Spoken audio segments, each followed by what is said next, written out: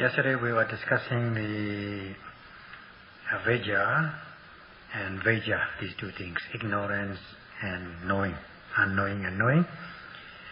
With the ignorance as the leader as a forerunner, which is the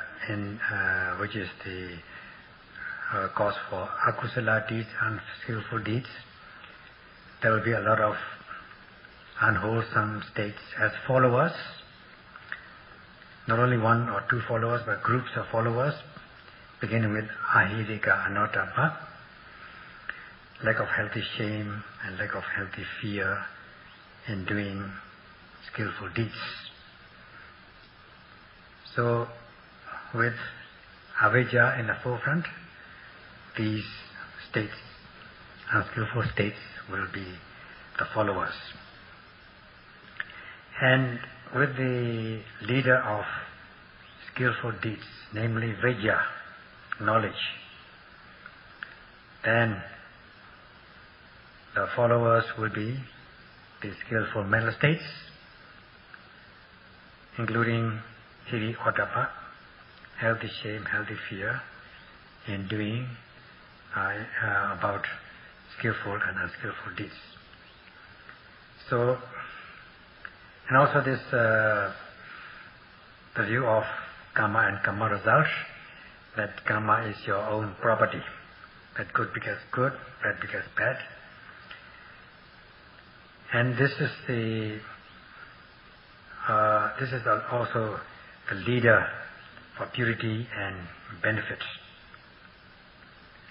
Because one does not know or one does not accept this karma and karma result, one's behaviors will become blameworthy and impure. So as much as one indulges in defilements, impurities, one is bound to realize the unskillful consequences.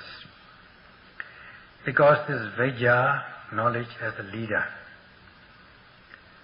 there are these followers, including hiri ottappa. Being able to distinguish between kusala and akusala, one will follow the skillful path, the right path leading to the right destination. So this ahirika anotapa and hiri ottappa, healthy shame or lack of healthy shame, and healthy fear or lack of healthy fear, in doing detesting unskillful deeds and fearful of unskillful deeds. And more important is detesting and fearful of evil results, consequences as a result of unskillful deeds. And then also knowing that purity and benefit or pure and beneficial practices lead to positive consequences, one follows this path of skillfulness. By following this path of skillfulness, one is bound to reach the wholesome or good destinies. So, with Vijja, knowledge, as a leader, one will be walking the right path so that one will reach the right destination. So that is the difference. Now, this is very important. Awareness of this situation is very important. Nobody gives this kind of knowledge. It is your own making. That is, you have come to the place where you have come into existence in a place where you have good parents, good teachers, good friends to give you good guidance. They are the virtuous ones. Associating with them, you are bound to get guidance in a small way or in a large way, as the case may be, so that you can conduct your behaviors in the right way, because you get the method of practice. So as much as you get the practice, you get this method, your life will be properly molded, properly shaped, and will not be misshaped. So this, first of all, you have to come to a place where there is this real culture, meeting with the virtuous people, the good spiritual friends, Kalyana Metta, in the form of your parents, teachers and friends. That is coming to is this place, suitable place, is Patirupa Desavasa, coming to a suitable place, conducive place, where the atmosphere is positive, where you have a chance to meet these virtuous people and get good guidance, good methods from them, either in a small way or in a large way, so that you can mold yourself. If you mold your physical behavior, conduct your physical behavior in the right way, your physical behaviors are bound to become blameless, pure, gentle and affable. And regarding your speech, if you get a method to mold your speech so that you can conduct your verbal behaviors in the right way, they will become properly shaped so that they also will become properly cultured, pure, blameless and affable. And so is the mind. You'll be able to shape your mind so that your mind is properly shaped. So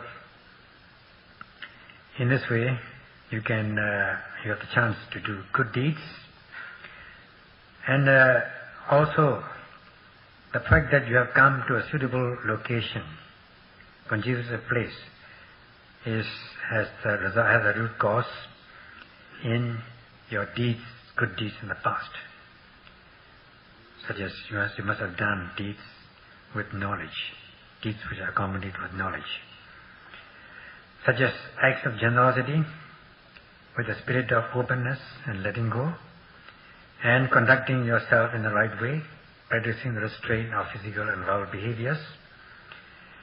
So because of your past deeds, you have come to a suitable, conducive location in order that you have a chance of meeting these virtuous spiritual friends, Kalyana Metta.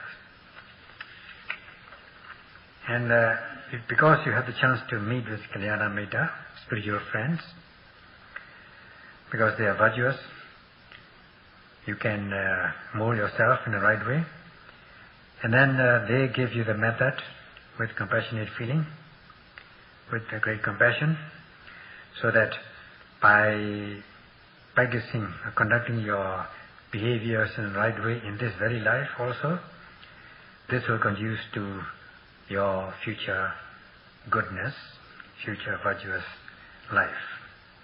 So in this way, it goes round like a wheel of conjecture. So as for the yogis, we can judge that the fact that they have come here to take up the practice of high discipline, they must have done their spiritual perfections in the past, paramis, and based on the basic view of karma and karma result, that karma is your own property, karma sakata samadhi. So reflecting upon your situation, you should rejoice. Like when you have unwholesome food in front of you, you know that it is unwholesome, it is going to harm you, so you abstain from taking this unwholesome food. And as for wholesome food, you know that it is wholesome and it is beneficial. So knowing this, you take it in the right amount, so it is bound to be beneficial for you. So is with the practice, knowing that wrong thought, word and deed can lead to unskillful consequences, you abstain from this wrongful thought, word and deed. And knowing that this right thought, word and deed will lead you good consequences, positive consequences, you observe them. And such an awareness is very important. And this kind of view is like a junction of road junction, from where many roads branch off into different directions. Knowing that these unskillful deeds, such deeds are unskillful and they lead to evil, undesirable consequences, you dislike and fear to do such things with Hiri Ottappa. Knowing that skillful deeds, these are the skillful deeds, and they lead to beneficial results, consequences, then you wish to purify your behaviors in the right way in order to lead to good consequences. So this leads to faith and enthusiasm, saddha, chanda. And then with the awareness of the karma and karma result, that karma is your own property, karma sakata samadhi, you will know that akusala, unskillful deeds will lead to unskillful results, ahirika anottappa, and kusala, wholesome deeds, will lead to this samadhi, hiri ottappa. So, in this way, knowing that they are unskillful, you abstain from them so that no harm will come to you. Knowing that such and such a thing is skillful, you observe them, you practice them, and this is bound to bring benefit to you. So if such awareness is the leader in performing skillful kusala deeds, because when you say leader, there must be followers. So there are followers and associated states, group of followers, including Hiri Ottappa. This Hiri Ottappa also will be involved, will be two of the followers. So, in this way, because of these good deeds, you are bound to get good results. And because you dislike, you fear unskillful deeds and their evil results, you abstain from them. Such awareness becomes very powerful. Awareness becomes more and more powerful, and in this way you are set to be associated with knowledge, this Vriddhatta, you become a knowledgeable person. As the Buddha has said that when knowledge is associated with Hiri Ottappa, with the good virtuous following, with the help of the virtuous associated states, then you become a wise person. That means you are in possession of samadhi, the right view, right understanding, not distorted or perverted view or understanding. Some of the people, a lot of people, majority of the people, is not aware of basically of the wholesome and unwholesome results from wholesome and unwholesome deeds, so that they don't know how to, they have no fear about abstaining from unskillful deeds, and they don't know how to observe these skillful deeds, so that they do not get the positive, the required consequences. So they only it become ignorant, avijja, so that they become stupid. Holding such views as annihilation view, that after death, after this life, there is no more. There's no more after this. Such kind of views are held mostly by materialistic people. So they only look for the immediate pleasures in this very life, pursuing good, better and best pleasures of senses. And when they are dissatisfied, disappointed, there will be thoughts of ill will, javada vidaka, leading to harm, thoughts of harm towards others. These are known as miccha sankappa, wrongful, distorted thoughts, motivation or motives, because of the wrong view, these wrong thoughts arise. Now as for those people who hold the right view of karma and karma result, that karma is their own property, that good is good because good, and if you do bad, you are bound to reap bad consequences, then such view, because such view is right,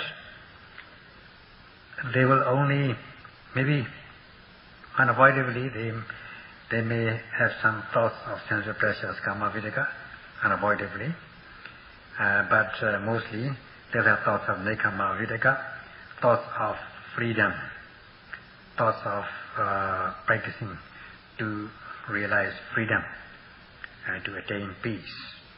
And because they have compassionate feeling, they will not have these thoughts of ill will, no vyavara vidaka, and because they wish to help others, wishing for the welfare of others, metta, unconditional love, they will not harm others.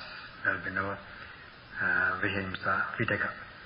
There's only samma sankappa, the right thought, right motive, and this is the way it's going to be. And this expression samma sankappa sa samma vacha vahoti, with the right thought or right motive, there will arise this right speech. Now samma vacha has 4 constituents, namely the right, correct, speaking correctly, friendly, and to cause friendship only in a sweet way and in a meaningful way. Such is samma vacha. So this is very important in social relations. Speaking correctly, not falsely, speaking in a friendly way, and only to cause friendship, and not to split friendship, but to be meaningful and beneficial way.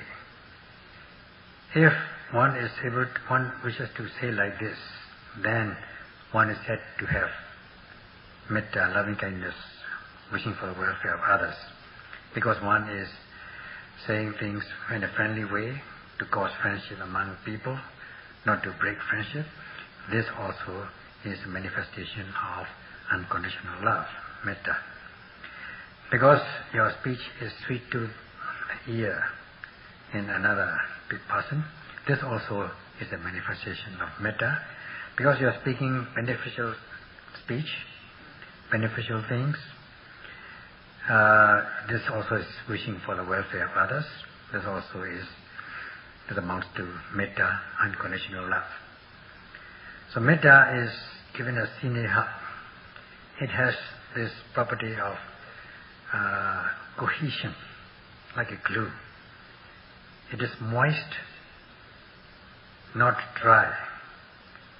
So it attracts, has cohesive property. It will only attract, not repel.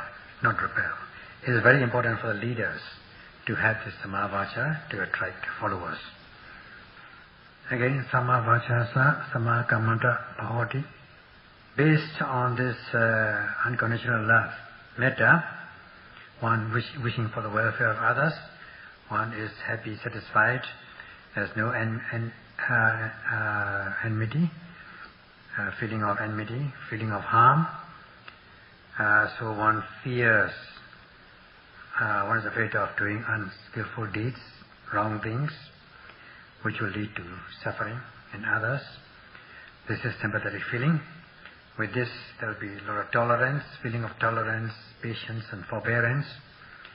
And when one is even harmed, one will not be sensitive, one will not react at once by way of harm, such as killing, stealing, sexual misconduct. The abstention from these 3 physical unskillful deeds is the right physical conduct. So in this way, one can achieve with the right speech, the right physical conduct. This samma kammanta cha sa samma ajivo bhavati. With the right actions, there will arise right livelihood, Because initially the leader is right, like the engine of a train is on the right track, all the wagons which follow, which accompany this engine also will be on the right track, and they will not derail. Because of this Samma Vacha, the right speech, and Samma Kammanta, right action, there will be no illegal or immoral types of livelihood, such as earning one's living by killing, stealing, sexual misconduct, and so on. There will be only the right livelihood in order not to degenerate oneself and harm others at the same time, so that one's deed become pure, blameless, and graceful livelihood. Sama ajivasa sama vayamo hoti. With the right livelihood, there will be right energy, and they are mutually dependent. Because of the right effort for your own good and for the good of your family, there will be this right livelihood. Because the leader is good, the followers also will be good. And then because of the Samma Vayama, that will lead to Samma Sati. Right energy will lead to right mindfulness. And right mindfulness again will lead to right calmness and unification of mind. So this becomes a group in itself, Viriya, Sati, Samadhi. And wrong. The right path leading to right destination and the wrong path leading to wrong destination. In this way he has distinguished the right from wrong. And if one walks the right path, one is bound to reach the right and beneficial destination. Hence the Buddha is compared to a guide, a good guide, reliable guide. Just like when you have a reliable guide to guide you when you get lost in a desert or in a vast ocean, that if as a good guide, reliable guide has given you the direction, if you go, then you are bound to reach the right destination. So going the wrong way, you get to the wrong destination. Going the right way, you will get to the right destination. So the Buddha has known the right path and has practiced and has walked the right path. So he shows the right path to all beings, faithful beings, so that they will realize the right benefit, peace and happiness. And he doesn't want the faithful being to walk the wrong path, leading to suffering. He has given the guidance with great compassionate feeling, Mahakaruna. And such quality is devotional enough. One should be very devoted to the Buddha because of just this quality. Buddha shows the right path, that is Sumega, to realize the right destination, Shimada Bhumi. He said, go along this path, which is the right one. You reach the right destination as you wish to reach, and this will bring you benefit. So you walk the right path, and at the end of the road you will reach the right destination. So the Buddha Dhamma is the right path, and then when you practice to the end, you are bound to realize full benefit. That is with the Sumega, right path leading to Kemanta Bhumi, the land of peace and freedom. So just look, with the wrong thought, word and deed, one will be walking the wrong path, which will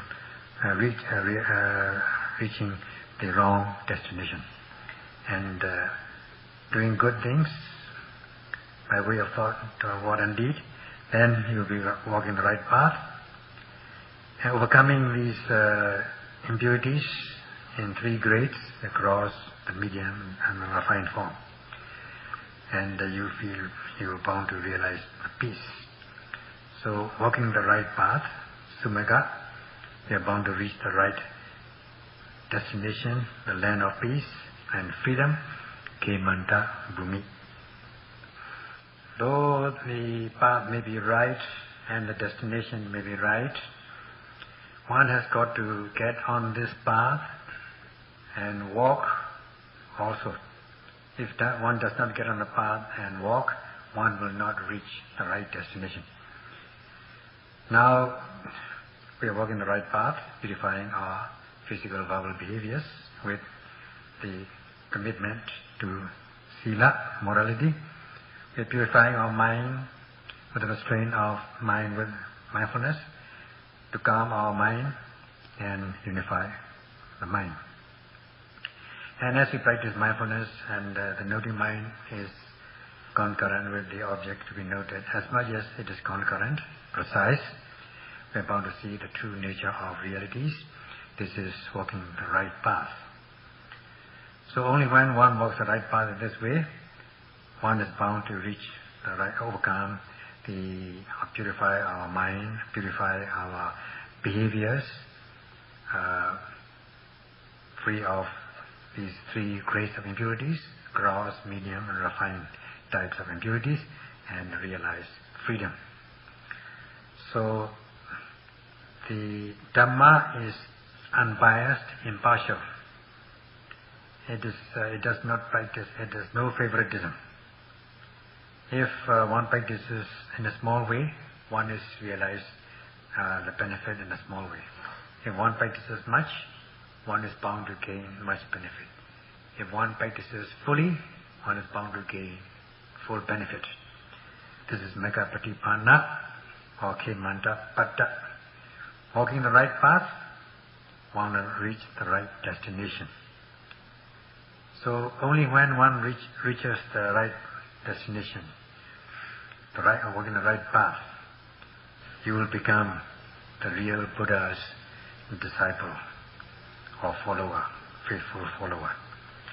So to walk the right path is your responsibility. Dhamma has been given as Dhariti Dhamma. Dhamma is called as such because it sustains, helps, uplifts. Helping, saving. Saving means saving from suffering, so that you won't suffer. Uplifting means, because if you are degenerated, if you have become a degenerate,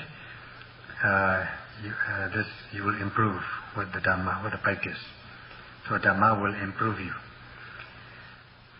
So Dhamma is helping you, sustaining you, so that you will not become a degenerate. Now, what kind of people are sustained? What kind of people are helped or uplifted? Those who walk the right path in accordance with the right destination, right instruction. Such are the people who will be saved, sustained, and helped.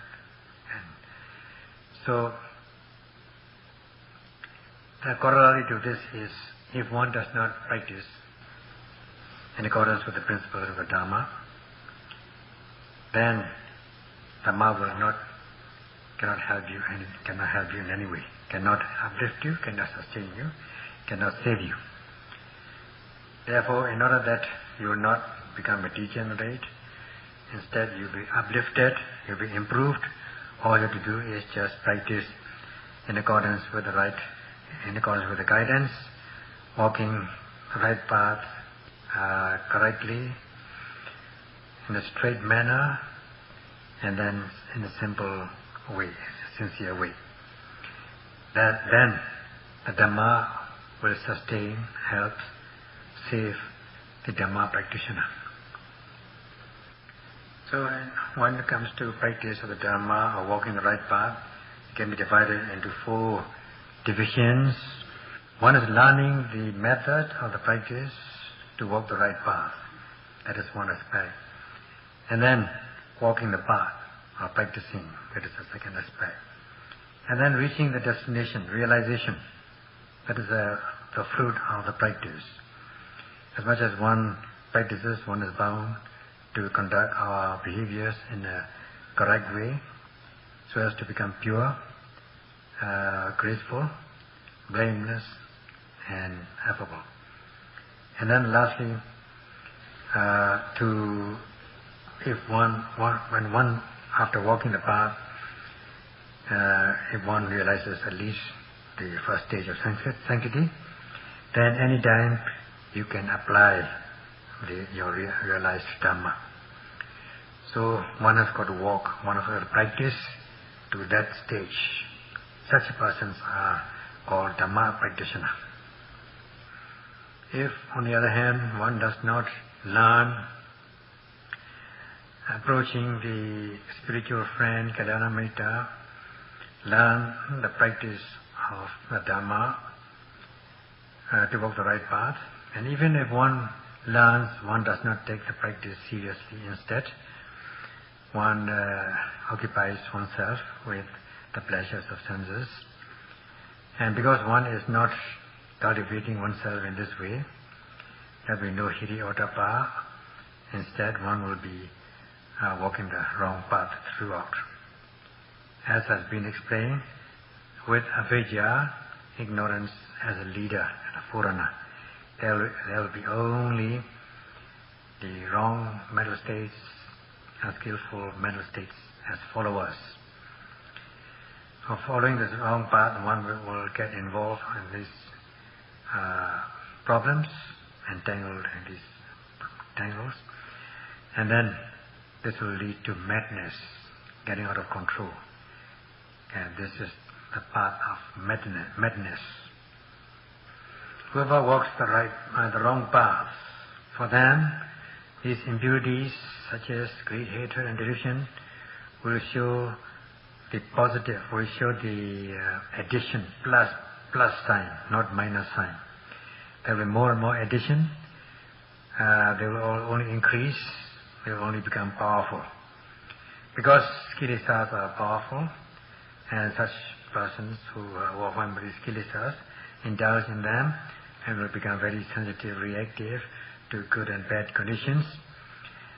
And let's say when one has this attachment or desire or greed, then this greed will grow and grow, and indulging in them, one will be led to become a mad person, madness with sensuality, kama madaka. While one is overwhelmed with this desire and has with greed, indulging in greed, at other times when one encounters disagreeable situations, there may be dissatisfaction, disgust, disappointment, leading to thoughts of harm. And all these things have their root cause in aversion, dosa, so that this kind of aversion can get out of control when it becomes very powerful. Getting out of control and become violent, and because of this dissatisfaction, aversion, such people also can become mad with madness of anger or aversion, known as kodong mataka. Not knowing what is to be abstained and what is to be observed, not being able to distinguish between pure behaviors and impure deeds, not being able to distinguish between wholesome, skillful and unskillful deeds. Such unknowing ignorance is a kind of distortion, perversion, known in Pali as vipallasa. Not knowing, holding the view of causelessness, not knowing the cause and effect, instead of comprehending the conditionality, one will take the view of causelessness, that there is no such thing as cause. Things arise by chance or anything like that, something like that. Or even if one takes the view of cause, one will view the cause of some supreme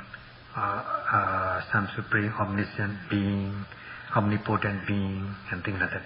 Such views are known as fictitious cause view. And then this view can lead to the distorted view or perverted view that there is such a thing, distorted view of the existence of self or soul, or living entity, or abiding co, in respect of mind-body reality, the realities of mind-body aggregates.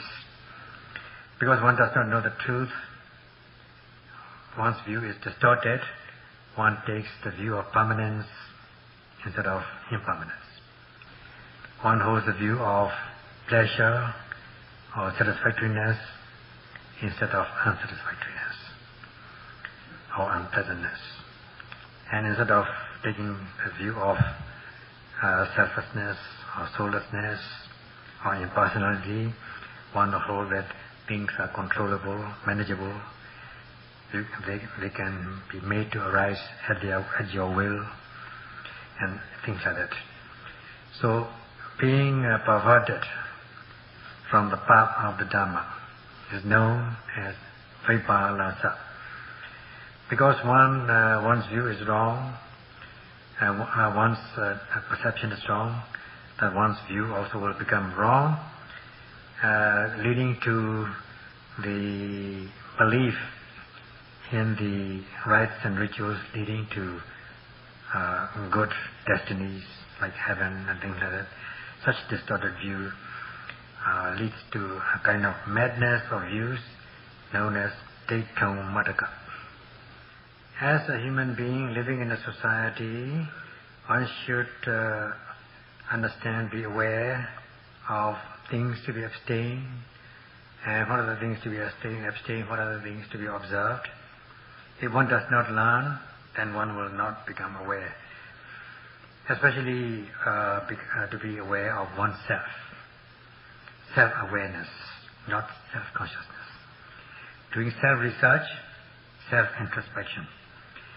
What are we made up of? What are the causes? Are there any cause? Or are they causeless?